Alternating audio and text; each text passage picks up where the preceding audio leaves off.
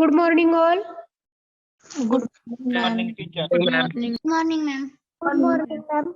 Good morning, ma'am. All are present. Yes, ma'am. Yes, teacher. Yes, ma'am. Ma'am. Yes, ma'am. Okay, first of all, happy Diwali to all students. My warm wishes to you. Happy Diwali, ma'am. Happy Diwali, ma'am. Happy Diwali. Happy Diwali, ma'am. Okay, this Diwali may give you a bright future or enlighten your future. So my best wishes to your future and your career. Happy Diwali once again. Thank you, ma'am. Thank you, ma'am. Happy Diwali. Ma'am. Thank you, ma'am. In last lecture, Non-systematic. Accuracy and precision. Accuracy, precision. Types of error. Okay accuracy precision पण बघितलं tutorial lecture मध्ये आपण त्याला revise पण केलं after that we learn types of error so types of error मध्ये किती टाइपचे एरर आहेत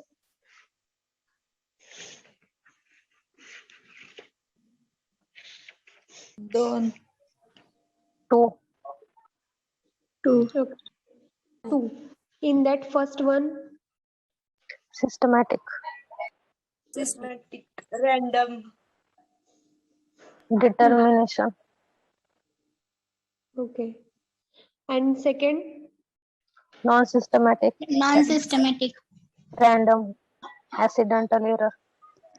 okay good these are two classes of errors in that first class it again subdivided into how many types Three.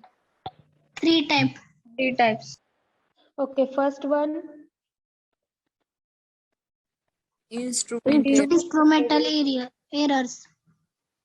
okay and second Personal. Personal error. Operational error. Minor. okay third Methodological error. okay good and in second there is any sub classification is there No.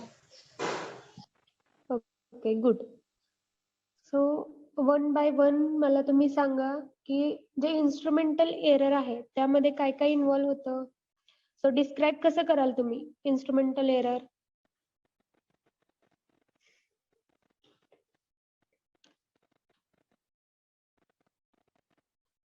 Balance are my unequal lengths. Okay correct next काय असेल अजून कधी म्हणू आपण की ही instrumental error आहे Incorrectly graduated. Yes correct incorrectly graduated Burette. Uncalibrate or improperly calibrated weight good so एकच person unclar- बाकीचे बॉईज मधून सांगा fast uncalibrate instrument like digital balance. Brands arm of lengths. Instruments like okay instrumental error आपण कधी म्हणू ज्यावेळेस instrument faulty असतं किंवा ते इम्प्रॉपरली वर्क करतं त्यावेळेस इन्स्ट्रुमेंटल एरर होती लाईक जसं तुम्ही आता सांगितलं की फॉलोइंग कॉमन फॅक्टर आहेत जे की मोस्टली आपल्याला ऑब्झर्व होतात त्यातला पहिला काय आहे balance arm of unequal length next आहे uncalibrated or improperly calibrated weight third आहे uncalibrated instrument like a digital balance and fourth is incorrectly graduated burette like this factor are affecting in the measurement and these factor are affecting our measurement so that's why we called instrumental error because these error are happen due to only instrument so त्याला आपण म्हणतो instrumental error next आहे personal error so personal error मध्ये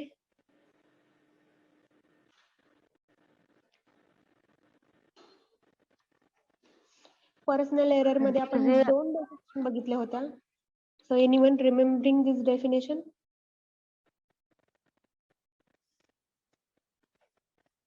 Error occur during operation or carrying out experiment is called a operational error. Okay good. Operational एररची definition आहे. In short तुम्ही तुमच्या on language मध्ये काय सांगू शकाल? ऑपरेशनल एरर म्हणजे काय असेल?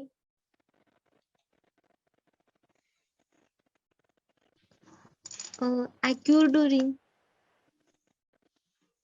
अॅक्युअर during. operation. Okay. Operational error कधी घडती? ज्यावेळेस एखादी प्रोसेस किंवा एखादा एक्सपेरिमेंट आपण परफॉर्म करतो आणि ते परफॉर्म आपण ऑपरेट करत असतो किंवा इन प्रोसेस असतो, त्यावेळेस काय होणार आहे? ऑपरेशनल एरर तिथं हॅपन होणार आहेत. सो डेफिनेशन काय आहे? When errors occur during operation or carrying out the experiment is called a operational error. So example काय काय आहेत? Transferring of a solution, use of a indicator, poor color discrimination, reading uncertainty while reading scale, incomplete drawing of a sample or participate, underweighting of a participants, overweighing of a participant, lack of skill and insufficient cooling of a participant, mathematical error in calculation, errors during transfer of a solution, etc. are the example of operational error. Next आहे personal error. So operational आणि personal एररच्या definition आपण ह्याच्यामध्ये बघितल्या आहेत. And next personal error मध्ये errors for which the individual analyte is responsible and are not connected with the method or procedure is called as a personal error. Personal error कशाला म्हणतो आपण? की आपल्याकडे तेवढं प्रॉपर स्किल नसतं experiment handle करायचं, त्यामुळे ही एरर झालेली असती आणि त्या एरर साठी आपण फुल्ली रिस्पॉन्सिबल असतो. म्हणजे individual analyst is responsible for that error. So it is called a personal error. So example, inability in a judging color change sharply in a visual titration. ज्यावेळेस पण आपण टायट्रेशन ही प्रोसेस करतो त्यावेळेस तिथे मोस्टली आपल्याला काय बघायचं असतं? कलर चेंज बघायचा असतो. जो फायनल कलर असतो तो आपल्याला तिथे जज करायचा असतो आणि ते रिडिंग आपल्याला नोट डाऊन करायचं असतं. मग त्यावेळेस काय होतं? इथं पर्सनल एरर होते की तो शार्पली तो कलर चेंज तो जज करू नाही शकत आहे किंवा तेवढा तो एबल नसतो. मग ही झाली पर्सनल एरर. नेक्स्ट आहे error in a reading burette. ब्युरेटचे रीडिंग घेताना सुद्धा बऱ्याचदा आपण एरर करतो, चुका करतोय तिथं. तसं हे सगळे पर्सनल एररच्या अंडर येतात. Due to lack of skill. हे काम होतं personal error due to lack of skill और लॅक ऑफ नॉलेज, ह्याच्यामुळे ही पर्सनल किंवा ऑपरेशनल एरर होती. नेक्स्ट कोणती आहे? Methodological.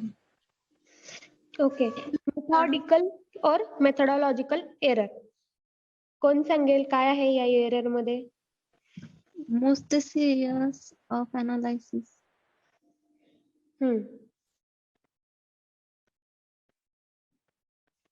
Another point. Okay, serious error आहे अनालिसिस मधली. नेक्स्ट.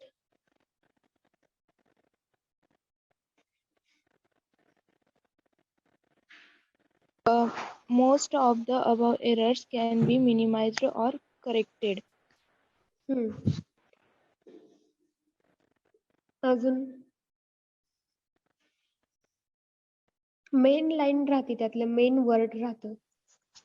पुढची काय आहे? Method cannot be changed unless the conditions. Determinations are altered. ही मेथड कशी आहे? नेक्स्ट बघा. सो ह्यातला फर्स्ट क्लासिफिकेशन मधला थर्ड सब क्लास, त्याच्यामध्ये मेथॉडिकल और मेथडॉलॉजिकल एरर आहे. सो ही कशी आहे एरर? This are the most serious of analysis. म्हणजे सिरियस एरर आहे ज्याच्यामध्ये आपण काय करतोय की ज्या एरर झालेत त्या एररला आपण कमी करायचं ट्राय करतोय किंवा करेक्ट करायचं ट्राय करतोय. बट समटाइम ही जे मेथोडॉलॉजिकल एरर जी आहे ती आपल्याला रिव्हर्स करता येत नाही किंवा करेक्ट करता येत नाही. अंटिल कुठपर्यंत आपल्याला ती करेक्ट करता येत नाही जोपर्यंत आपण ती मेथड चेंज करत नाही किंवा प्रॉपरली ती मेथड फॉलो करत नाही. So most of the above error can be minimized or corrected for but error that are inherited in the method. Inherited म्हणजे जी मेथड तुम्ही यूज करताय ती मेथडच मुळीची चुकीची असेल किंवा त्याच्यामध्येच समथिंग एरर ऑलरेडी असते, तर ती मेथड जर तुम्ही यूज करत असाल तर डेफिनेटली तिथं एरर्स आहेत त्या करेक्ट केल्या जाणार नाहीत किंवा मिनिमाइज केल्या जाणार नाहीत. So cannot be changed unless the condition of the determination are altered. जोपर्यंत तुम्ही ती मेथड चेंज करत नाही तोपर्यंत किंवा तिथं यूज केली जाणारी कंडिशन तुम्ही चेंज करत नाही डिटर्मिनेशनची तोपर्यंत ती एरर कमी होणार नाही किंवा करेक्ट होणार नाही. बऱ्याचदा असं होतं की एक्सपेरिमेंट हँडल करताना जी मेथड आपण वापरत असतो ती मेथड करतानाच म्हणजे चुकीचंच आपल्यापर्यंत पोहोचलेलं असतं की नाही असं नाही तर हे टाका, पहिल्यांदा तेच सोल्युशन टाका. तो सिक्वेन्स कुठेतरी चुकीचा असतो. सो एक दोन इन्ग्रेडियंट खालीवर झालेले असतात. मग मोस्ट ऑफ द टाइम काय होतं एखादी प्रोसेस जर रिपीट होत असेल तर त्याच्यासोबत मिस्टेक पण काय होतात रिपीट होतात आणि त्या पुढे कंटिन्यू होतात. जसं की for example you are a student. So student phase मध्ये तुम्ही काय करता प्रिव्हियसचे मॅन्युअल बघता त्यानुसार प्रोसिजर करता किंवा प्रिव्हियसचे रिझल्ट बघता आणि स्वतःचे रिझल्ट कम्पेअर करून कॅल्क्युलेट करता. मग त्यावेळेस काय होतं की त्यांनी जी मेथड यूज केली ती मे बी रॉंग असेल किंवा इनप्रॉपर असेल, त्यामुळे पुढे तुम्ही ज्यावेळेस तीच मेथड यूज करून रिझल्ट काढायला बघता त्यावेळेस तुमचे रिझल्ट खूप डेव्हिएशन त्याच्यामध्ये दिसतं. मग ही काय झाली मेथड मुळे झालेली एरर आहे. त्यामुळे आपण काय म्हणतोय methodical or methodological error. So most of the time method मध्येच काय असतं inherited in the errors that are inherited in the method. Method मध्येच काय असतं एरर्स ऑलरेडी तिथं प्रेझेंट असतात, फक्त ते आपल्याला माहित नसते. त्यामुळे त्या जर मिनिमाइज करायच्या असतील किंवा त्या जर करेक्ट करायच्या असतील तर आपल्याला काय करावं लागेल ती मेथड कुठेतरी चेंज करावी लागेल किंवा ती कंडिशन कुठेतरी चेंज करावी लागेल. त्यानंतर ह्या मेथड काय होतील किंवा हे एरर जे आहेत मेथड मधले ते मिनिमाइज होतील किंवा करेक्ट होतील. So for example errors occur due to co-participation of impurity, side reaction, post precipitation in a gravimetric analysis आणि volatilization हे एक्सेट्रा काय आहेत मेथॉडिकल एरर किंवा मेथोडॉलॉजिकल एरर आहेत. So next type second Non-systematic. non-systematic, indeterminate, random and accidental error. So त्याच्यामध्ये काय काय सांगता येईल काय आहे त्यामध्ये?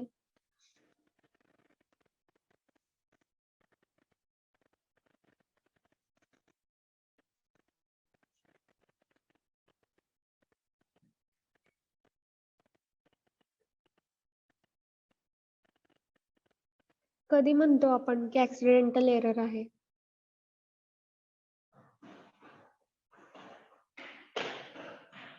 These errors are not determined.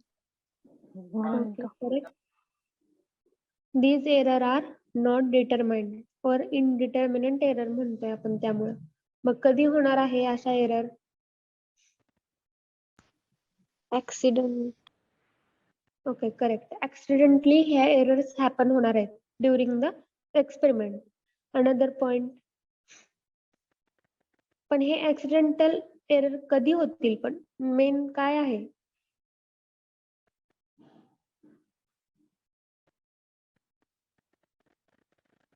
ह्या मेजरमेंट्स मुळे. येस मेजरमेंट मुळे. Okay correct. ज्यावेळेस these error are shown by a small difference in a successive measurement made by the same analyst under almost a similar condition. ज्यावेळेस आपण एखादी गोष्ट repeat करत असतो त्यावेळेस त्याच्यामध्ये स्मॉल मिस्टेक होत राहतात. त्या मिस्टेक आपल्याला इझिली आयडेंटिफाय होत नाहीत, त्यामुळे आपण त्या एररला काय म्हणतोय इनडिटर्मिनंट और रॅन्डम और ऍक्सिडेंटल एरर. मीन्स काय आहे these errors are shown by small difference small difference मध्येच ह्या एरर असतात. In a successive measurement, successive म्हणजे ज्यावेळेस तुम्ही एखादी मेजरमेंट रिपीटली करत म्हणजे एक्सपेरिमेंट रिपीट करताना मेजरमेंट रिपीट करत असाल तर त्या मेजरमेंट मध्ये होणारी ही मिस्टेक आहे. Made by the same analyst under almost similar condition. So एकाच टाईपची मेथड यूज करतोय, सेमच रिएजंट आहेत, तरी पण कुठेतरी पॉइंट मध्ये का होईना आपल्याला डिफरन्स दोन मेजरमेंट मध्ये आपल्याला दिसतो. त्या एररला आपण म्हणतोय नॉन सिस्टेमिक और इनडिटर्मिनंट रॅन्डम और accidental error. So these cannot be predicted और डिटरमाइंड. अशा एरर आपल्याला असं प्रिडिक्ट करता येत नाहीत, अंदाजे सांगता येत नाही की कशामुळे झाल्या असतील, किंवा ज्यावेळेस आपण डिटरमाइन करतोय परत एकदा क्रॉस चेक करतोय त्यावेळेस पण इझिली त्या फाइंड आउट होत नाही की कशामुळे हा डिफरन्स झालाय. 0.1 चा जरी डिफरन्स झाला तरी आपल्याला तो इझिली डिटरमाइन करता येत नाही. However, they can be considerably reduced by a careful work and by the increase in the number of a repeated determination.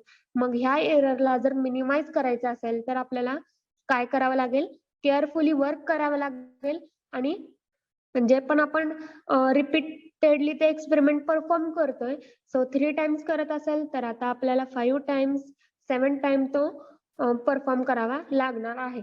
कारण आपल्याला काय पाहिजे, अॅक्युरसी आणि प्रिसिजन पाहिजे त्या एक्सपेरिमेंटच्या मेजरमेंट मध्ये. सो त्यामुळं increase in the number of repeated determination he process आपल्याला तिथं करावी लागणार आहे. सो हे आपण रिपीट का केलं किंवा हे परत एकदा क्लासिफिकेशन का बघितलं, कारण आपल्याला ह्या दोन्ही मधला डिफरन्स क्लिअर करायचा आहे त्यासाठी. सो नेक्स्ट आहे difference between determinant and indeterminant error. So हा क्लिअर होण्यासाठी तुम्हाला पहिल्यांदा माहित असलं पाहिजे क्लासिफिकेशन काय आहे एररचं. सो त्यासाठी आपण हे सगळं रिवाइज केलं. नेक्स्ट डिटर्मिनंट आणि इनडिटर्मिनंटचा डिफरन्स.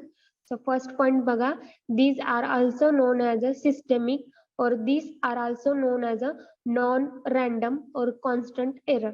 जे सब त्याचे नेम आहेत ते तुम्हाला पहिल्यांदा लिहायचे आहेत, कारण ह्याच्यावरती एमसीक्यू पण विचारला जाऊ शकतो आणि ऑल्सो तुम्हाला डिफरन्स पण सेपरेट हा पॉइंट पण तुम्हाला विचारला जाऊ शकतो की डिफरन्स लिहा डिटर्मिनंट एररचा आणि इनडिटर्मिनंट एररचा.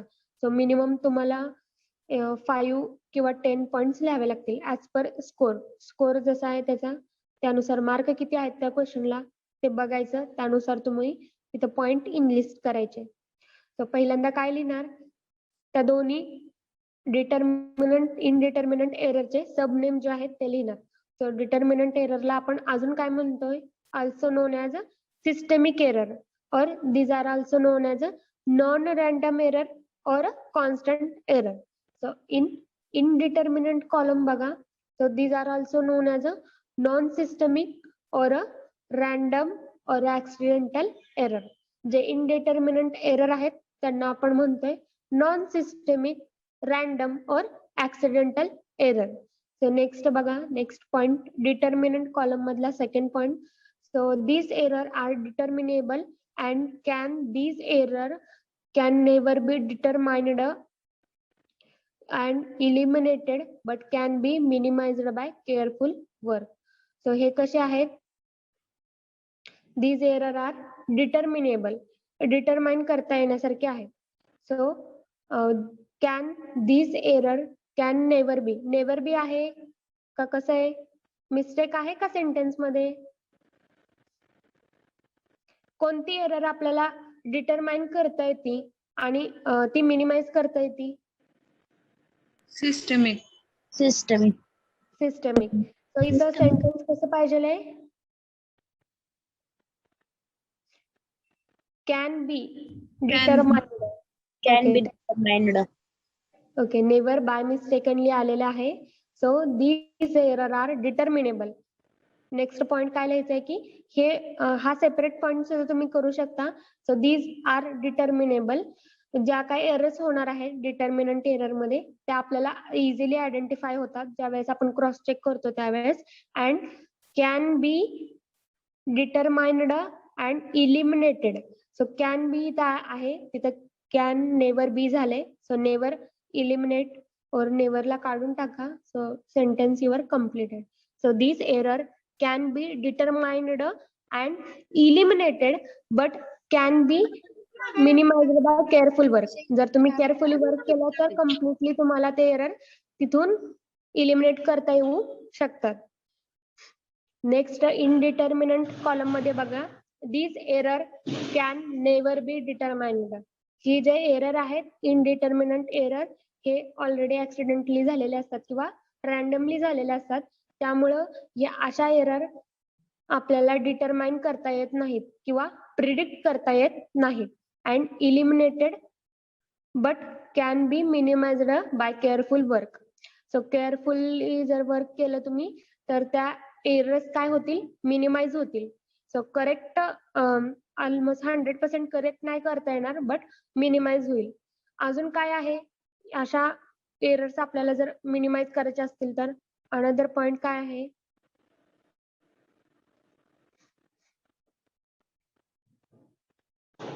केअरफुल वर्कनी होईल. आणि अजून आत्ताच डिस्कस केलं होतं आपण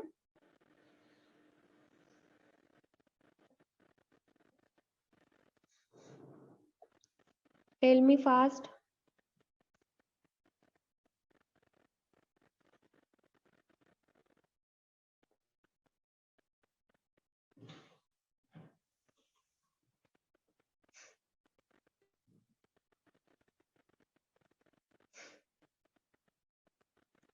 फास्टली सांगा स्टुडंट, प्रेझेंट आहेत का? Yes, ma'am. Yes, ma'am. Yes, ma'am. Yes, ma'am. Indeterminant error minimize करता येऊ शकते कधी, केअरफुली वर्क केल्यावर. आणि अनदर पॉइंट काय होता? Eliminate पण करू शकतो. हा, पण कसं? Repetition. Correct. So tell me fast. So तुम्हाला माहिती आहे ऑलरेडी, फक्त आपण डिस्कस करतोय. So it can be eliminated or minimize by the increase in the number of repeated determination. So हा पॉइंट तिथे तुम्ही ऍड करू शकता, केअरफुली वर्क अँड हे दोन पॉइंट विसरू नका इनडिटर्मिनंट मध्ये. So bye the increase in the number of repeated determination. एकच मेजरमेंट आपण रिपीट मोड वरती घेतलं तर ते एरर जे झालेत, जे ऍक्सिडेंटल एरर झालेत त्या कुठेतरी मिनिमाइज होतील. नेक्स्ट थर्ड बघा, डिटर्मिनंट मध्ये these errors are recognized by the lack of agreement between the mean of a series of a replicate determination and the correct value.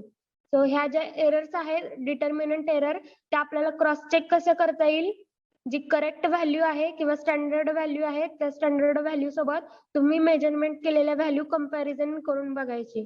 त्यानंतर हे आपल्याला समजतात की किती पॉइंट मध्ये आपली एरर झालेली आहे आणि कशामुळे झालेली आहे. नेक्स्ट इनडिटर्मिनंट एरर मध्ये बघा, these error are recognized by variability in the replicate determination, that is by the scatter of result about their mean. तर ह्याच्यामध्ये जसं की आपण मिनिमाइज करायसाठी रिपीट मोड वरती एक्सपेरिमेंट परफॉर्म करणार आहोत. सो इथं सेम पॉइंट आहे, these error are recognized by variability in the replicate determination. Repeat करून बघायचा एक्सपेरिमेंट, त्यामधून तुम्हाला तुमची करेक्ट व्हॅल्यू मिळेल. सो ज्या एरर्स ऍक्सिडेंटली झाल्यात त्या इलिमिनेट होतील. सो इथं काय रिझल्ट मध्ये आपल्याला रेप्लिकेशन करायचंय, म्हणजे परत एकदा परफॉर्म करून बघायचंय. Next, these errors are quantified by measure of the accuracy such as absolute error or the relative error of the mean. मग हे जे एरर्स आहे डिटर्मिनंट एरर, त्या आपल्याला ऍब्सोल्यूट एरर किंवा रिलेटिव्ह एररच्या फॉर्म्युल्यामध्ये जर तुम्ही व्हॅल्यू पुटअप केल्या तर अॅक्युरेट किती एरर झाली ते तुम्हाला इझिली समजता येते, म्हणजे डिटरमाइन करू शकतो. सो फॉर्म्युलामध्ये जर व्हॅल्यू पुटअप केल्या तर तुम्हाला समजेल की किती पॉइंट मध्ये त्या एरर झाल्यात, किती पर्सेंट मध्ये त्या एरर झाल्यात. पण इनडिटर्मिनंट साठी कोणता फॉर्म्युला आहे का? नाही. ओके, नाहीये. डिटर्मिनंट एरर साठी फॉर्म्युला आहे, तसं इनडिटर्मिनंट साठी कोणता फॉर्म्युला नाहीये. So these error are quantified by measure of a precision such as the standard deviation or the relative standard deviation. So तुमच्याकडे जर स्टँडर्ड व्हॅल्यू असेल तर ती स्टँडर्ड व्हॅल्यू सोबत तुम्ही कंपॅरिझन करून बघू शकता किंवा नेक्स्ट पॉसिबिलिटी कोणत्या कोणत्या आहेत त्या तुम्ही बघू शकता की कशामुळे झाले असतील हे तुम्हाला स्वतःला इटसेल्फ अनालिसिस करायचंय. तर स्पेसिफिक असा कोणता फॉर्म्युला नाहीये. नेक्स्ट आहे the sources of this error may be personal. So डिटर्मिनंटच्या कॉलम मधला लास्ट पॉइंट बघा. The sources of this error may be personal, instrumental or methodological bias. Bias word चा meaning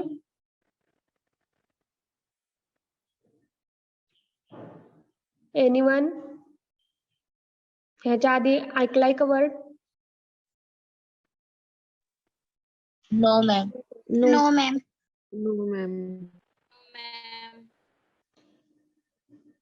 ओके. सो ह्या errors मध्ये बघा last point the sources of this error may बी कशा असतील ह्या एरर्स? पर्सनल असतील, instrumental and methodological bias. So bias means mostly bias चा meaning काय आहे की partiality जे आपण म्हणतो. सो तसा आहे की मेथड चेंज केल्यामुळं जे व्हेरिएशन येतात त्या एरर्सला आपण मेथडॉलॉजिकल एरर म्हणतो. सो बायस मीन्स म्हणजे पार्शली. जर तुम्ही एखादी मेथड प्रॉपरली फॉलो करत नसाल, पार्शली जर तुम्ही वर्क करत असाल तर त्या एरर्सला तुम्ही म्हणता मेथडॉलॉजिकल बायस.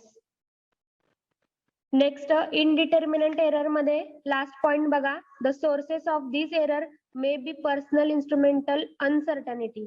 सो इथं आपल्याला माहितच नसतं की एरर कशामुळे झाली, त्यामुळं ही पर्सनल एरर आहे, इन्स्ट्रुमेंटल आहे का अदर कोणती एरर आहे हे आपल्याला इथं कन्फर्म असं सांगता येत नाही. मे बी पर्सनल असेल किंवा इन्स्ट्रुमेंटल असेल or uncertainties. So uncertainties it is a main word in this sentence की अनसर्टॅनिटी कोणत्या गोष्टीमुळे झाली हे आपल्याला कॉन्फिडेंटली सांगता येत नाही. सो हा डिफरन्स आहे determinant error and indeterminant error. तर तुम्हाला 5 मार्क्सला जर असा क्वेश्चन आला तर मिनिमम तुम्हाला 10 पॉइंट तिथे लिहावे लागतील. सो 10 पॉइंट इझिली तुम्ही काढू शकता. But you have to read carefully all these point. जे पण क्लासिफिकेशन आहे ते जर केअरफुली जर रीड केलं आणि पॉइंट वाईज जर तुम्ही लिहिलं तर 10 पॉइंट इझिली तिथं होत आहेत डिटर्मिनंट अँड इनडिटर्मिनंटचे.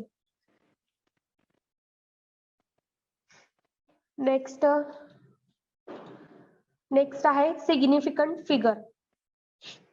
ज्यावेळेस आपण एखादी मेजरमेंट करतो त्यावेळेस आपल्याला तिथं फिगर्सला फेस करावं लागतं किंवा नंबर्सला आपल्याला फेस करावं लागतं. सो सिग्निफिकंट फिगर हे अनालिसिस मधलं खूप इम्पॉर्टंट असा पॉइंट आहे. जर तुम्हाला हा पॉइंट किंवा ह्याचे जर रूल समजले तर डेफिनेटली तुमच्या मेजरमेंट मध्ये इथून पुढे कोणत्या एरर्स मोस्टली येणार नाहीये. सो तुम्ही ॲक्युरेट मेजरमेंट घेऊ शकता. त्यासाठी हा बीट इथं इंट्रोड्यूस केलाय significant figure. It carries the meaning in a number and contribute to its precision. जे पण नंबर्स तुम्ही बघता मेजरमेंट करताना त्या नंबर्सला काही ना काहीतरी असा मीनिंग असतो. मीनिंग म्हणजे काय? त्या प्रत्येक नंबरला काही ना काहीतरी व्हॅल्यू असते किंवा अर्थ असतो. सो हे कशासाठी आपण बघतो? कारण जे आपलं वर्क आहे ते वर्क प्रिसाइज झालं पाहिजे. सो प्रिसिजन हा वर्ड कशाच्या रिलेटेड आहे? Bias. प्रिसिजन सांगा fast. Precision depends on Number. Work. Work का? Last Number. लेक्चरला 2 लेक्चरला हेच डिस्कस केले की हो. फास्टली सांगा. Precision Instrument. Yes correct. Instrument. Precision depend upon instrumental resolution. जे इन्स्ट्रुमेंटचं रिझोल्युशन आहे त्याच्यावरती प्रिसिजन बेस्ड आहे. मग एखादी मेजरमेंट करेक्ट होण्यासाठी किंवा प्रिसाइज होण्यासाठी त्याच्यावरचं कॅलिब्रेशन जे आहे त्याच्यावरचे जे मेजरमेंटचे मार्क्स आहेत ते करेक्ट असणं गरजेचं आहे. आणि ते करेक्ट असतील तर तुम्ही त्या मेजरमेंटला करेक्ट बघणं हे पण तेवढंच गरजेचं आहे. मग ज्यावेळेस तुम्ही ते नंबर नोट करून घेतात त्या फिगरला आपण म्हणतो सिग्निफिकंट फिगर, म्हणजे मेजरमेंट मधला हा सिग्निफिकंट फिगर आहे. Nikhil, sir a significant figure denote which figure are really given information about how precise your measurement are the how precise your measurement. So significant figure जे आहे ते काय डिनोट करते किंवा त्यांचं मिनिंग काय आहे की जे पण तुम्ही रिझल्ट राईट डाऊन करता नंबर्स मध्ये, सो ते नंबर्स काही ना काहीतरी इन्फॉर्मेशन देतात, त्या एक्सपेरिमेंट रिलेटेड तुम्हाला इन्फॉर्मेशन देतात. किती तुमचं अॅक्युरेट तिथं प्रिसाइज किंवा अॅक्युरेट तुमचं मेजरमेंट आहे हे ते सांगत असतं थोडक्यात. So significant figure denotes which figures are really giving information, म्हणजे कोणती इन्फॉर्मेशन देतात ते about how precise your measurement, तुमचे मेजरमेंट किती प्रिसाइज आहेत ह्याची इन्फॉर्मेशन ते नंबर देत असतात. So are the significant digits are indicated by underlying only those digit which are significant. मग सिग्निफिकंट फिगर मध्ये पण आपण काय करतो की जे सिग्निफिकंट डिजिट आहेत त्यांना आपण अंडरलाईन करतो. सो आपल्याला त्याला बघायचं आहे की कोणते सिग्निफिकंट आहेत आणि कोणते नॉन सिग्निफिकंट फिगर्स आहेत. म्हणजे कसं आयडेंटिफाय करायचं की कोणत्या नंबर्सला महत्व आहे आणि कोणत्या नंबर्सला एवढं जास्त महत्व नाहीये. सो आपल्याला हेच लर्न करायचं. The significant figure can be easily identified by applying the following simple trick. So खाली त्यांनी कॉलम मध्ये सिंपल ट्रिक सांगितलेत, त्यानुसार तुम्ही सिग्निफिकंट फिगर कोणत्या आणि नॉन सिग्निफिकंट फिगर कोणत्या हे आयडेंटिफाय करू शकता. In that first, all non zero zeros are significant. जे पण नॉन झिरो आहेत ते फिगर्स कशा किंवा ते नंबर्स कसे आहेत, सिग्निफिकंट. जसं की for example 1 2 3 4 5 6 7 8 9 10 up to n. So ह्या फिगर कशा आहेत, नॉन झिरो फिगर्स आहेत आणि ह्या सिग्निफिकंट आहेत. जसे की एक्सपेरिमेंट तुम्ही परफॉर्म करता, एक्सपेरिमेंट परफॉर्म केल्यानंतर जर समजा रिझल्ट 7.5 आला आणि एकाचा 7 आला, तर 7.5 ही सिग्निफिकंट फिगर आहे का नॉन सिग्निफिकंट फिगर आहे? सिग्निफिकंट. म्हणजे 7.5 ला पण आपण काय करतोय, इम्पॉर्टन्स देतोय आणि 7 ला पण आपण काय करतोय, कन्सिडर करतोय. So these both are significant. So जे पण नॉन झिरो आहेत की ज्याच्या पुढं किंवा त्याच्या आधी झिरो नसतात अशा फिगर्स कशा झाल्या आपल्यासाठी significant. So all non zero are a significant. Next non significant मध्ये बघा, all starting zeros are non significant. ज्या संख्येच्या आधी झिरो लागतो ती फिगर कशी असती, नॉन सिग्निफिकंट. म्हणजे झिरो, एक्झाम्पल दिलेत 0.0123 ही फिगर कशी आहे, नॉन सिग्निफिकंट. मग नॉन सिग्निफिकंट का झाली, कारण ही ह्या फिगरच्या आधी झिरो इन्क्लूड केलेले आहेत, मग ते पॉइंट मध्ये असतील किंवा कम्प्लीट झिरो असेल, त्यामुळं ह्या फिगर कशा आहेत, non significant. So next another example is 0.00001. हे काय झालं, नॉन सिग्निफिकंट फिगर आहे. म्हणजे त्याच्या आधी जर झिरो येत असतील तर त्या नॉन सिग्निफिकंट आहे. नेक्स्ट सिग्निफिकंट मध्ये बघा, ट्रॅप्ड झिरोज. ट्रॅप्ड म्हणजे काय, दोन संख्यांच्या मध्ये जर झिरो आला त्याला आपण काय म्हणतो, trapped zero. Zero appearing in between non zero digit are a significant. जर दोन पूर्ण संख्यांच्या मध्ये जर झिरो येत असेल तर त्या नंबर्सला सुद्धा इम्पॉर्टन्स आहे. सो त्याला आपण काय म्हणतोय, सिग्निफिकंट फिगर्स मध्ये आपण त्यांना काउंट करतोय. जसं की 101 ही काय झालं, सिग्निफिकंट फिगर. 2001 हे काय, सिग्निफिकंट फिगर. आता इथं बघा, इथं काय इथं पॉइंट मध्ये जर तुम्ही पहिला पार्ट बघितला तर नॉन सिग्निफिकंट सारखा आहे, बट ऍट दी लास्ट ज्या वेळेस पूर्ण संख्या येते त्या पूर्ण संख्याच्या नंतर ना 0 0 आले आणि एंड होताना पण पूर्ण संख्या आहे, तो हे काय झाली व्हॅल्यू सिग्निफिकंट झाली. म्हणजे तुम्हाला स्टार्टिंग टू एंड पर्यंत नंबर्स चेक करायचे, कुठं पूर्ण संख्या येते कुठं अपूर्ण संख्या आहे हे तुम्हाला चेक करावं लागेल. त्यानुसार तुम्हाला हे क्लासिफिकेशन इझी होईल क्लासिफाय करताना. नेक्स्ट आहे 19.001. These R a significant figure, म्हणजे 90% आपण म्हणू शकतो. सो हे काय झाले, डेसिमल मध्ये जरी असले तरी इथं येताना स्टार्टिंगला पूर्ण संख्या आहे, त्यामुळे ह्या सगळ्या काय झाल्या significant figure. Next, all ending 0 without decimal point are non significant. आता इथं पॉइंट होता त्यामुळे आपण सिग्निफिकंट मध्ये कन्सिडर केलं, पण ज्या वेळेस एखादी पूर्ण संख्येच्या नंतर जर 0 0 लागत असेल आणि तिथं कुठं डेसिमल पॉइंट नसेल तर ती फिगर कशी झाली non significant. So non significant मध्ये कोण कोण येणार, ज्यांच्या पुढे डेसिमल पॉइंट असेल किंवा नॉन डेसिमल पॉइंट असेल. सो त्याच्या आधी जर 0 असेल ती संख्या, आणि जर एखादी पूर्ण संख्या आहे आणि त्याच्या जर पुढे 0 लागत असेल तर without decimal point are non significant. Next आहे सिग्निफिकंट मध्ये थर्ड बघा, ending 0 with a decimal point are a significant. जर एखादी पूर्ण संख्या डेसिमल पॉइंट मध्ये आहे आणि त्याच्यानंतर जर 0 लागत असेल तर ते पण आपण सिग्निफिकंट म्हणून कन्सिडर करतो. जसं की फॉर एक्झाम्पल 6.300 म्हणजे 6.300 पण आपण म्हणू शकतो. नेक्स्ट आहे, हे किती आहे, आहेत का सगळे present? Yes. Yes, ma'am. Yes, ma'am. Read it.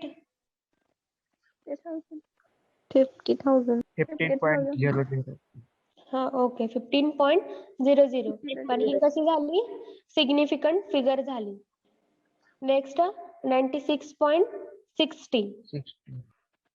Okay, हे पण पूर्ण संख्यांमध्ये येतात त्यामुळे आपण त्यांना सिग्निफिकंट फिगर म्हणतो.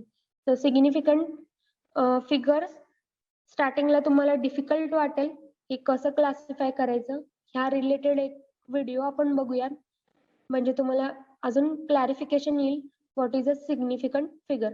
पण मोस्टली काय लक्षात ठेवायचंय, हा कम्प्लीट चार्ट लक्षात ठेवायचा आहे. रिमेंबर करायचंय की कोणत्या सिग्निफिकंट फिगर आहेत आणि कोणत्या नॉन सिग्निफिकंट फिगर आहेत. हा चार्ट तुम्हाला रिमेंबर करावा लागेल. सिग्निफिकंट फिगर हा सिग्निफिकंट फिगरचा स्टडी आपल्याला का करायचा आहे, कारण ज्यावेळेस आपण एखादा एक्सपेरिमेंट हँडल करत असतो त्या एक्सपेरिमेंटच्या ऍट दी एंड आपण काही ना काहीतरी मेजरमेंट घेत असतो. त्या मेजरमेंट अॅक्युरेट प्रिसाइज याव्यात ह्यासाठी आपल्याला सिग्निफिकंट फिगर माहित असणं गरजेचं आहे. म्हणजे कोणत्या फिगर्सला, कोणत्या डिजिटला, कोणत्या नंबरला महत्व द्यायचंय आणि कोणत्या डिजिटला नंबर्सला महत्व नाहीये हे आपल्याला पहिल्यांदा क्लासिफाय झालं पाहिजे. त्यानंतर जे काय आपली मेजरमेंट आहे ती करेक्टली येणार आहे, प्रिसाइजली येणार आहे. ह्या रिलेटेड व्हिडिओ बघूयात.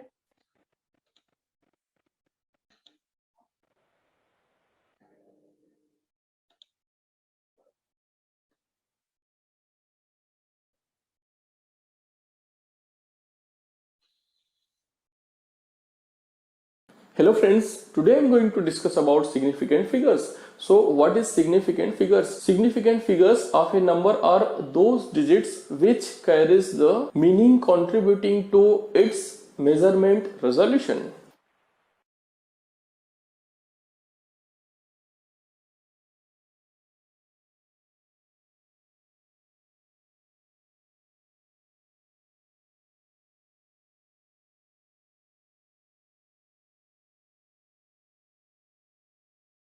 So this is the definition of significant figures, means any number which contributes for its measurement resolution, then that will be known as significant figures. Now coming to the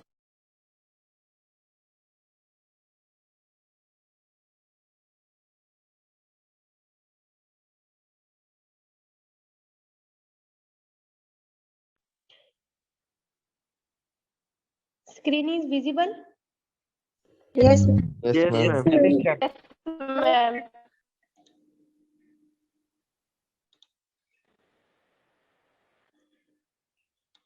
Rules of significant figures. So first rule of significant figure is that it should be in decimal system.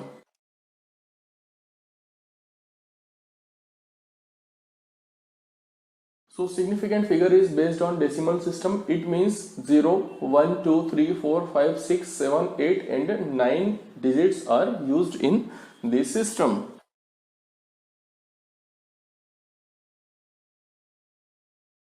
So coming to the second rule of significant figures. So all non-zero digits are considered as significant. Means here 1, 2, 3, 4, 5, 6, 7, 8 and 9 is always significant.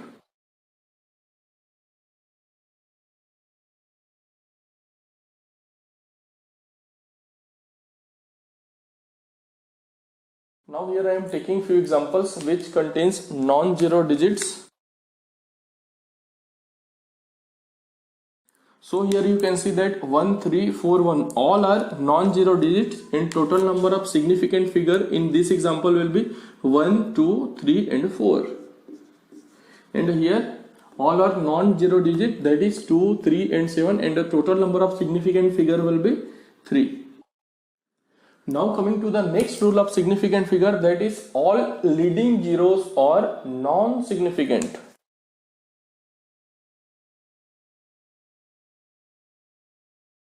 Ma'am, So here screen also blur I am is taking few examples and it will be like this. So here in this example you can see that there are two non-zero values, that is 7 and 7, and two zeros are present, but these zeros are leading zeros. So these zeros will not be considered as significant, and the total significant figure in this example will be 1 and 2. Both 7s are significant. And here also you can see that 4 zero values are present as leading zeros. So these zeros will be considered as non-significant, and here only 3 and 2 is considered as significant figure. So total significant figure will be 2. Now coming to the next rule of significant figure, and that rule is that if any zero is coming in between the non-zero values, then those zeros will be considered as significant.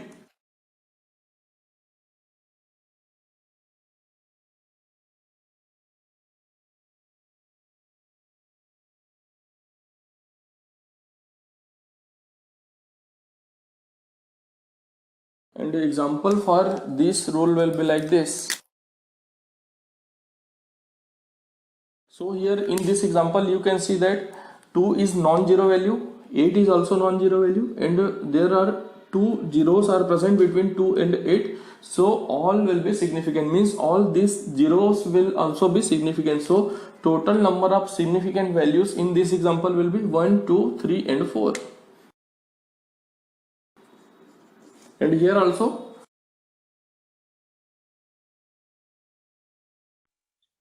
Okay, त्यांनी जे सांगतायत ते तुम्हाला समजतंय का rules? Yes, ma'am. Yes, ma'am. Okay, definition काय सांगितले carefully तुम्ही बोर्ड वरती बघा. ज्यांना स्क्रीनचा प्रॉब्लेम असेल त्यांनी प्लीज रेंज मध्ये या, because this is a range problem you are facing. Definition मध्ये बघा, significant figures of a number are these digit which carries meaning contribution to its a measurement resolution. जे पण आपण सिग्निफिकंट फिगर म्हणतोय ते काय आहेत, ते नंबर्स फॉर्म मध्ये आहेत. म्हणजे सिग्निफिकंट फिगर कशा असणार आहेत, नंबरिंग मध्ये असणार आहेत किंवा ते डिजिट असणार आहेत.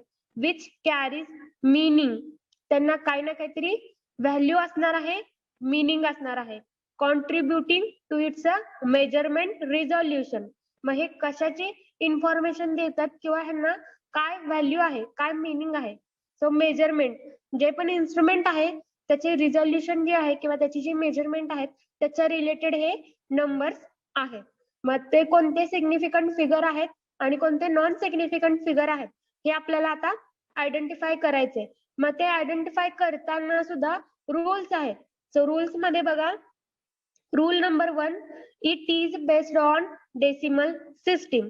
जे आपण सिग्निफिकंट फिगर आहेत त्या डेसिमल सिस्टीम वरती बेस्ड आहेत.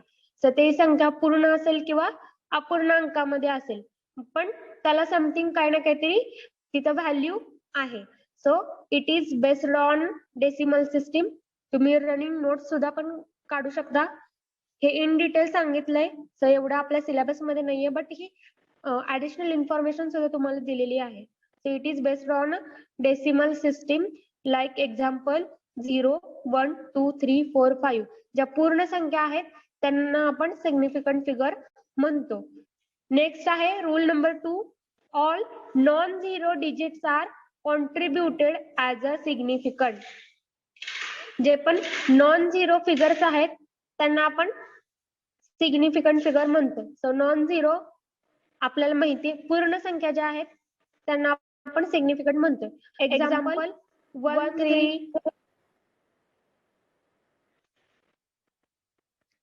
सो एक्झाम्पल मध्ये त्यांनी सांगितलंय की ज्या पूर्ण संख्या आहेत त्या त्यांनी राईट डाऊन केल्यात. आफ्टर दॅट त्यांनी इथं तुम्ही जर बघितलं तर एक एक्झाम्पल सांगितलंय 1, 3, 4, 1. ही जर एक डिजिट असेल, ही एक जर सिग्निफिकंट फिगर असेल तर त्याच्यामध्ये प्रत्येक डिजिटला, प्रत्येक नंबरला समथिंग व्हॅल्यू आहे. सो याच्यामध्ये 4 डिजिट आपल्याला बघायला मिळतात आणि ह्या 4 डिजिटला इम्पॉर्टन्स आहे. नेक्स्ट आहे एक्झाम्पल 2, 3, 7. सो इथे किती आहे डिजिट? 3 आहेत आणि त्या प्रत्येक डिजिटला व्हॅल्यू आहे.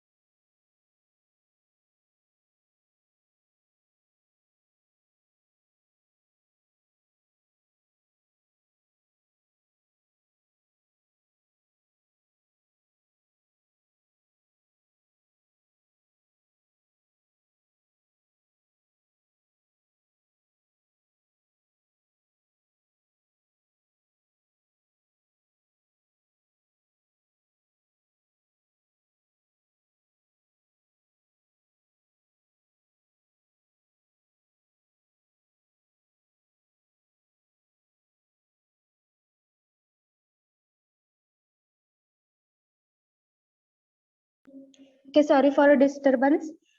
नेक्स्ट बघा, जो सेकंड रूल आहे तो पण इझी रूल आहे की जे पण नॉन झिरो डिजिट्स आहेत ते काय करायचे आपल्याला सिग्निफिकंट फिगर म्हणून कन्सिडर करायचे. नेक्स्ट आहे third rule. Voice is audible to you? Yes, ma'am. Yes.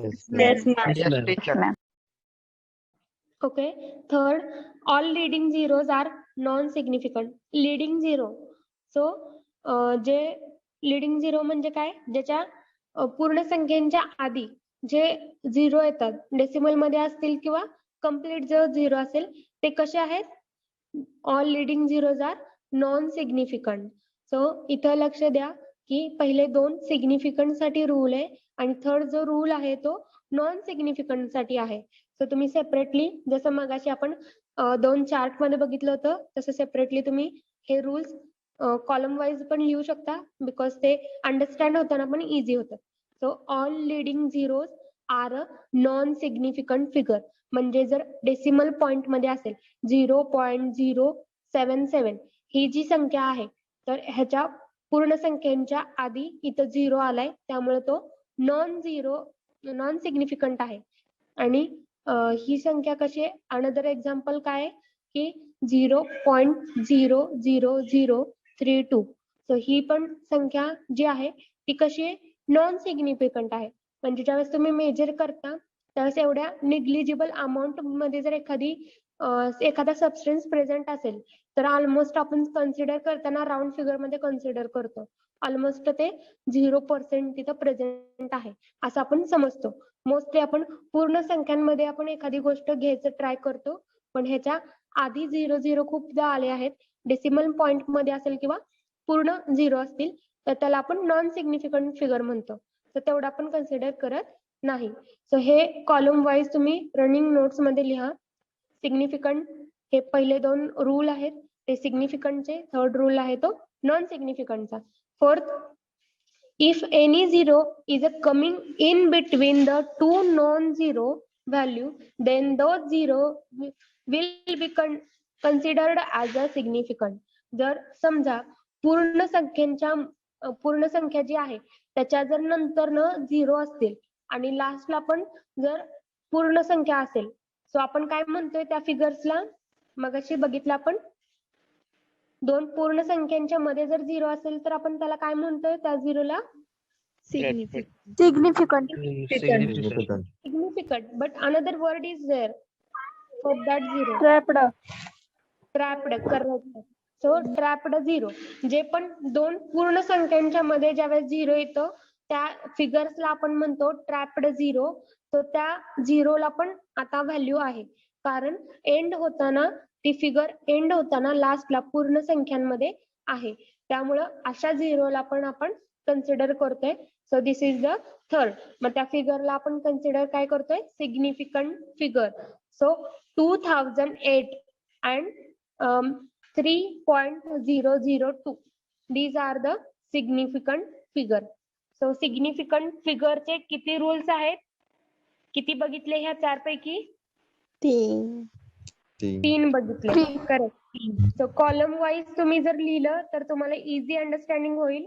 So 3 rule जे आहेत ह्या 4 पैकी ते सिग्निफिकंटचे आहेत आणि एक जो आहे तो नॉन सिग्निफिकंटचा आहे. ओके. सो पहिला रूल काय सांगतोय सिग्निफिकंट मधला? Non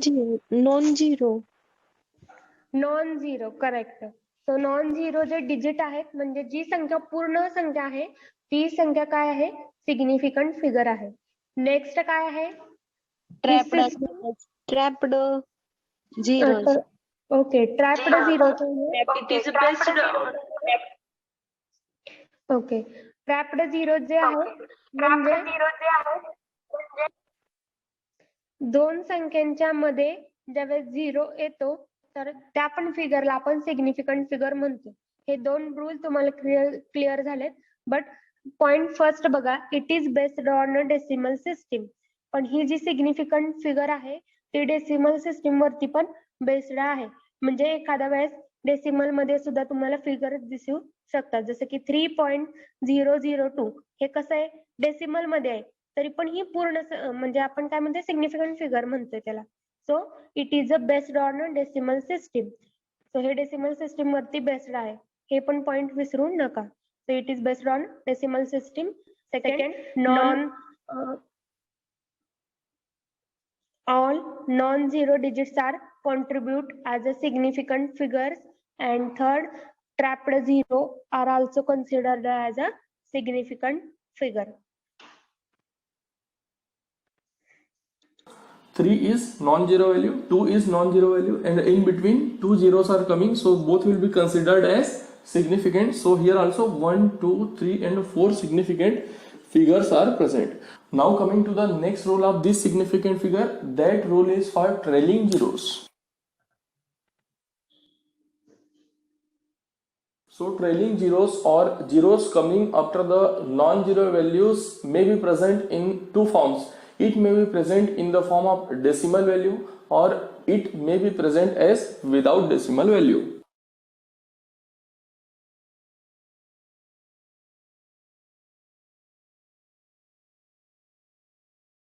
If it will be present in the form of decimal value, then it is considered as significant.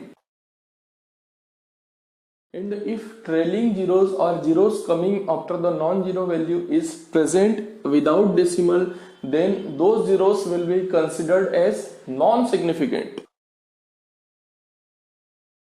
Here I am taking few examples for better understanding. So it will be like this.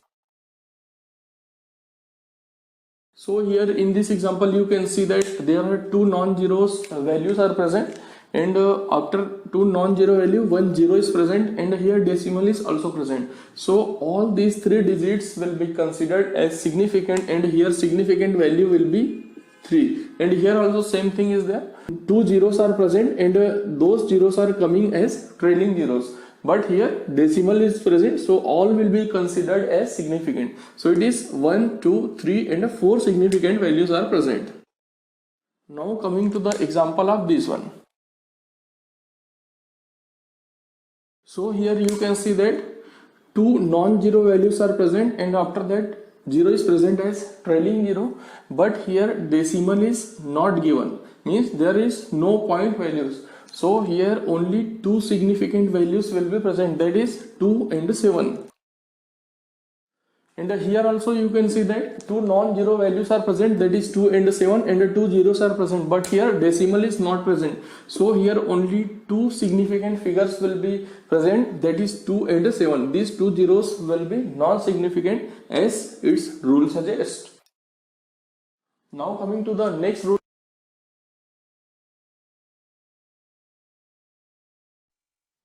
Okay, rule number 5 बघा. Rule number 5 मध्ये काय सांगितलंय? Trailing zero rule. So trailing मध्ये परत दोन तुम्हाला bit आहेत की कोणते सिग्निफिकंट आहे फिगर्स आहेत आणि कोणता नॉन सिग्निफिकंट. सो हे डेसिमल पॉइंट रिलेटेड आहे. जर समजा if present in a decimal, if digits are present in a decimal, that digit we are called as a significant figure. म्हणजे एक्झाम्पल त्यांनी सांगितले 2.70 अशी जर फिगर असेल तर त्या फिगरला आपण काय म्हणतोय? Significant figure. सो का तसं म्हणतोय? कारण तिथं पूर्ण संख्या तिथं प्रेझेंट आहेत, म्हणजे डेसिमलच्या आधी आणि डेसिमलच्या नंतरनं तिथं पूर्ण संख्या आहेत, आणि पूर्ण संख्यांच्या नंतरनं तिथं 0 लागलेला आहे.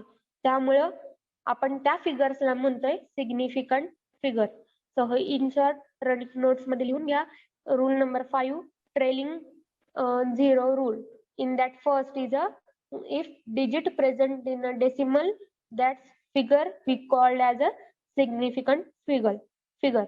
Example 2.70 and another example 2.700. जर तुम्ही एखादी गोष्ट जर ग्रॅम मध्ये मोजत असाल तर ग्रॅम मध्ये मोजताना पण जर समजा तुम्हाला 2 ग्रॅम किंवा 3 ग्रॅम जर मोजायची असेल तर तुम्ही काय करता? ह्याच डिजिटचा यूज करता. म्हणजे जसं की 2 ग्राम झाल्यानंतर 2 पॉइंट येणार आणि पुढं किती येते ते तुम्ही चेक करता. जर तुम्हाला 3 ग्राम पाहिजे असेल तर किती पुढचा जो डिजिट आहे, जसं की इथं सांगितलंय सो 700, हे काय झालं? 2 ग्राम. अँड हे काय झालं पुढं? 700. हे फिगर कशी आहे? सिग्निफिकंट आहे, म्हणजे ह्या पण ह्याला व्हॅल्यू आहे. 2.700 एवढं तिथं फिगर झाली, म्हणजे आपण करताना ही पण फिगर कन्सिडर करतोय. सो इथं 1000 पर्यंत गेलं की इथं ऑटोमॅटिकली 3 ग्राम एवढं होतं. लाईकवाईज ह्या फिगर ज्या डेसिमल पॉइंट मध्ये प्रेझेंट आहेत त्या सिग्निफिकंट आहेत. आता if digits present without decimal are called as a non significant. जे डिजिट डेसिमल मध्ये रिटर्न केलेले नसतात त्या फिगरला आपण नॉन सिग्निफिकंट म्हणतो.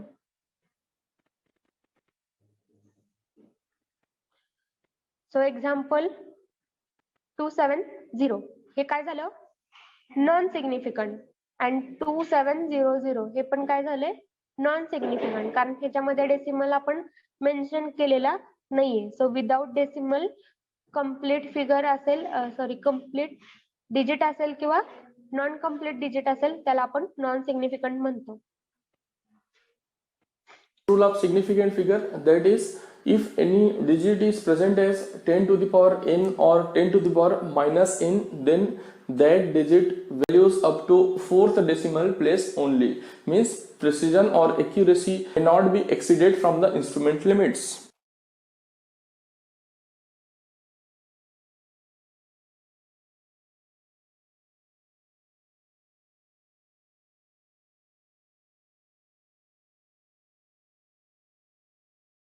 For example, if we are taking the weight of any compound and the weight of that compound is 1.00001 gram, and if we are dissolving this compound in any solvent and we are taking certain amount of solvent and that solvent contains following amount of that compound. So here you can see that there are 4 digits are present after decimal, but here 5 digits are present after decimal. So it will be taken as this one. This 5 will be carried forward to this 0 and this 0 will be calculated as 1. Now coming to the next rule of this significant figure, if any constant values are present like pi is present, so pi contains n number of significant figures.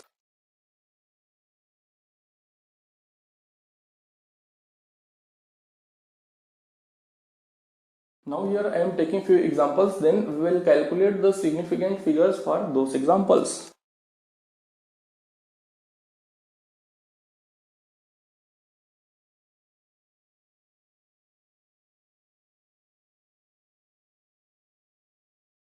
Now coming to this example, so here only one significant figure is present because 8 is considered as significant and both these zeros are considered as non-significant because here trailing zeros and these trailing zeros are without decimal. Now coming to this example, so here all will be considered as significant because here one trailing zero is present and this is present as decimal, so it will be considered as significant. So total significant figure will be 1, 2, 3, 4 and 5. Now coming to this example, so here 3 significant figures will be present. Now coming to this example, so here all are present as non-zero value. Okay, next जे rule सांगितले rule number 6, 7 and 8 हे सगळ्यांना समजलेत का?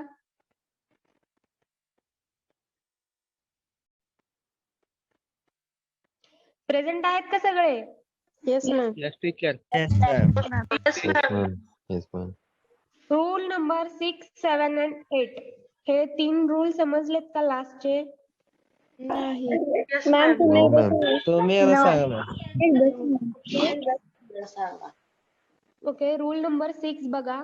Rule number 6 मध्ये काय सांगितलंय? If any value is a present as 10th और 10th minus n, म्हणजे जे आपण लिहितो 10⁻², जे आपण 2, 3 असं जे लिहितो, सो त्या रिलेटेडचा हा रूल आहे. If any value is a present as a 10⁻², then considered as a non significant. ज्यावेळेस पण तुम्ही एखादी गोष्ट 10⁻² असं जर तुम्ही लिहित असाल तर ती फिगर कशी झाली? Non significant. फॉर एक्झाम्पल यांनी सांगितले 1.3 into 10⁻³ सो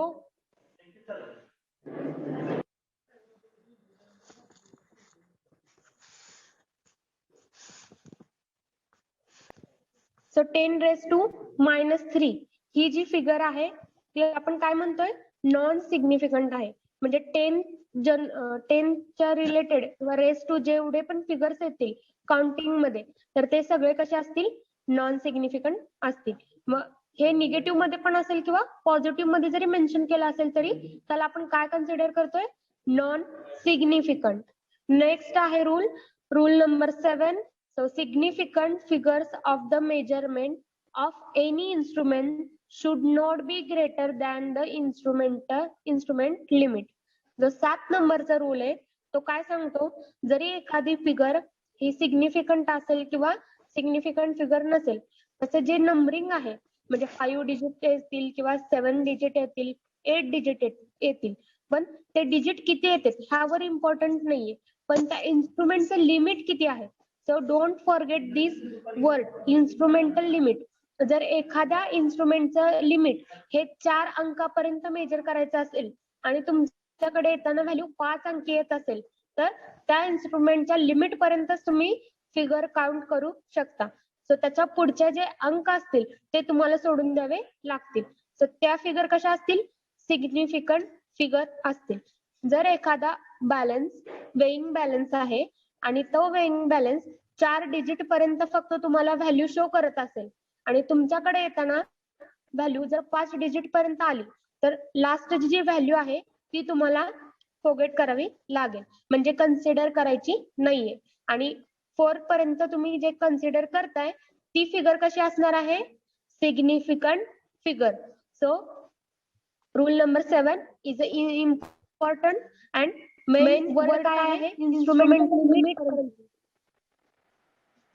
इन्स्ट्रुमेंटचा जो लिमिट आहे तिथपर्यंत तुम्हाला व्हॅल्यू मेजर करायचे आहेत आणि त्याच्या पुढे जरी अंक असतील तरी ते अंक तुम्हाला कन्सिडर करायचे नाहीयेत, आणि अशा व्हॅल्यूला आपण सिग्निफिकंट फिगर म्हणतोय.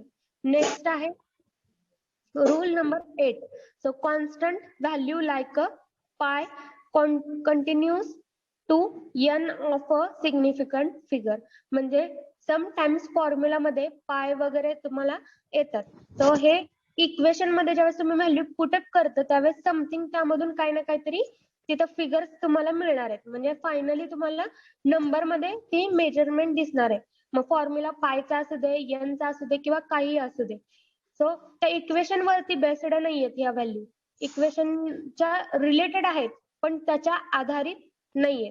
सो लास्टला जी फिगर येते किंवा लास्टला जे आपल्याला डिजिट्स बघायला मिळतात, जे नंबर बघायला मिळतात, ते नंबर वरती आता आपल्याला सिग्निफिकंट फिगर आणि नॉन सिग्निफिकंट फिगर हे क्लासिफाय करायचं आहे. जसे की 8 नंतर जर 00 असेल आणि इथं डेसिमल नाहीये आणि काहीच नाहीये, मग ही फिगर कशी झाली, सिग्निफिकंट का नॉन सिग्निफिकंट.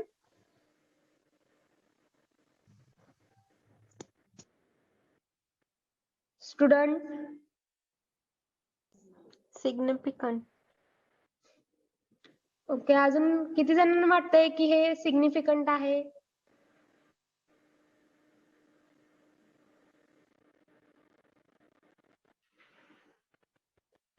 रूल नंबर 5 जर तुम्ही केअरफुली जर रीड केला, non significant. Non significant. Non significant.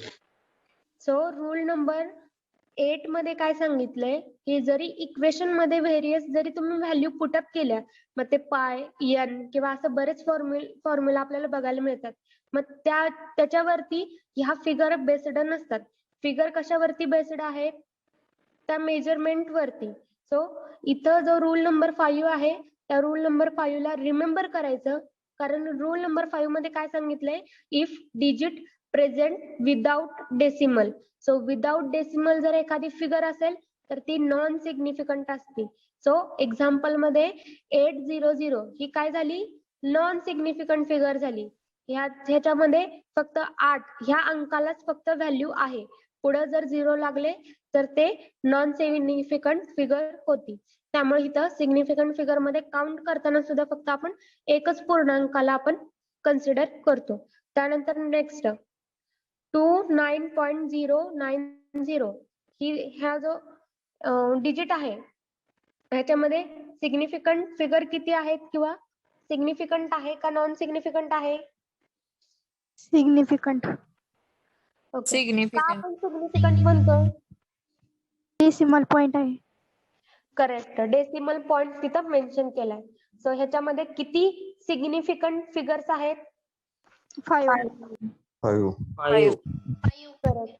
So नेक्स्टचा जो पॉइंट आहे 2.07 काय, सिग्निफिकंट का non significant. Non significant. Non significant. Significant. Significant आहे, non significant. Student listen carefully, rule number 5 is very important, कारण तुम्हाला बऱ्याचदा गोळ होणार आहे की सिग्निफिकंट फिगर कोणत्या आणि नॉन सिग्निफिकंट फिगर कोणत्या. त्यासाठी रूल नंबर 5 रिमेंबर करायचं सारखं. डेसिमल पॉइंट असेल सिग्निफिकंट म्हणायचं, डेसिमल पॉइंट नसेल नॉन सिग्निफिकंट म्हणायचं. सो इथपर्यंत सगळ्यांना क्लिअर आहे? Yes, ma'am. Ma'am. Yes, ma'am. Okay. So significant figures will be 4 because 4 digits are present, 1, 2, 3 and 4. Now coming to this example, so total 6 digits are present and one trailing zero is present and that is present after the decimal place, so it will be considered as significant. So total 6 significant figures are present. Now coming to this example, so here 3 digits are present and it is present as 10 to the power 3 and it will be considered as non-significant. So only 1, 1 and 2 will be considered as significant. So total number of okay. Next त्यांनी last नंबरचं example सांगितलंय 10⁻². अशी जर figure असेल, अशी जर value तुम्हाला मिळाली तर ती काय झाली, सिग्निफिकंट का non significant? Okay. Rule number 6 ला रिमेंबर करायचं. तर नॉन सिग्निफिकंट व्हॅल्यू आहे. सो आपण नॉन सिग्निफिकंटचे बेसिकली 3 रूल्स, 4th रूल बघितले. सो 4th रूल मध्ये पहिला रूल कोणता होता नॉन सिग्निफिकंट साठी? जर पूर्ण संख्यांच्या आधी जर 0 लागले मग ते डेसिमल पॉइंट मध्ये असतील किंवा विदाउट डेसिमल पॉइंट, ते कसे झाले, नॉन सिग्निफिकंट. सेकंड रूल आपण काय बघितला? विदाउट डेसिमल जर असेल तर non significant. Correct, without decimal non significant. आणि थर्ड काय बघितला? ज्या फिगर मध्ये 10⁻9, 10⁻n किंवा 10⁻⁻n असेल ते नॉन सिग्निफिकंट फिगर. करेक्ट. जे 10⁻² अशा टाइप मध्ये जर एखादी व्हॅल्यू असेल तर ती नॉन सिग्निफिकंट. मग नॉन सिग्निफिकंटचे 3 रूल्स आहेत का 4 रूल्स आहेत?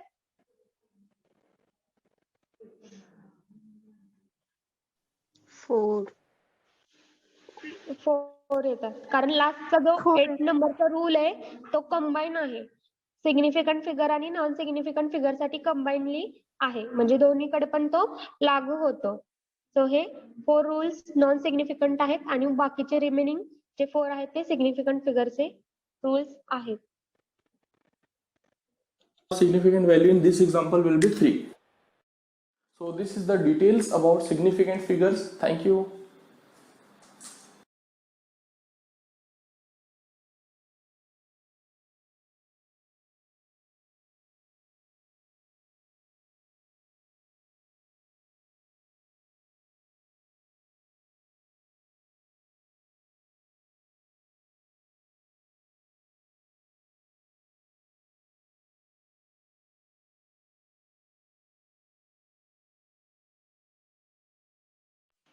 Okay, screen is visible. Yes, ma'am. Yes, ma'am.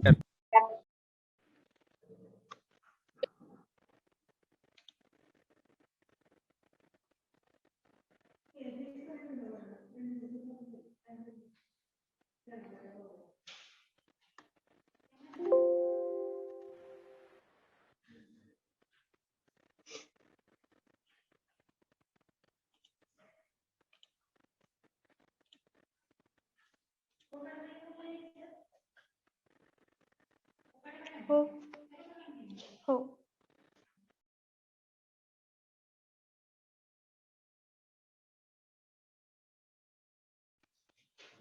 Okay, thank you for your patience. Today we are learned difference between determinant error and next is a significant figures. हे 2 point आपण आजच्या लेक्चरला cover केले. So next lecture is conducted by Dange madam.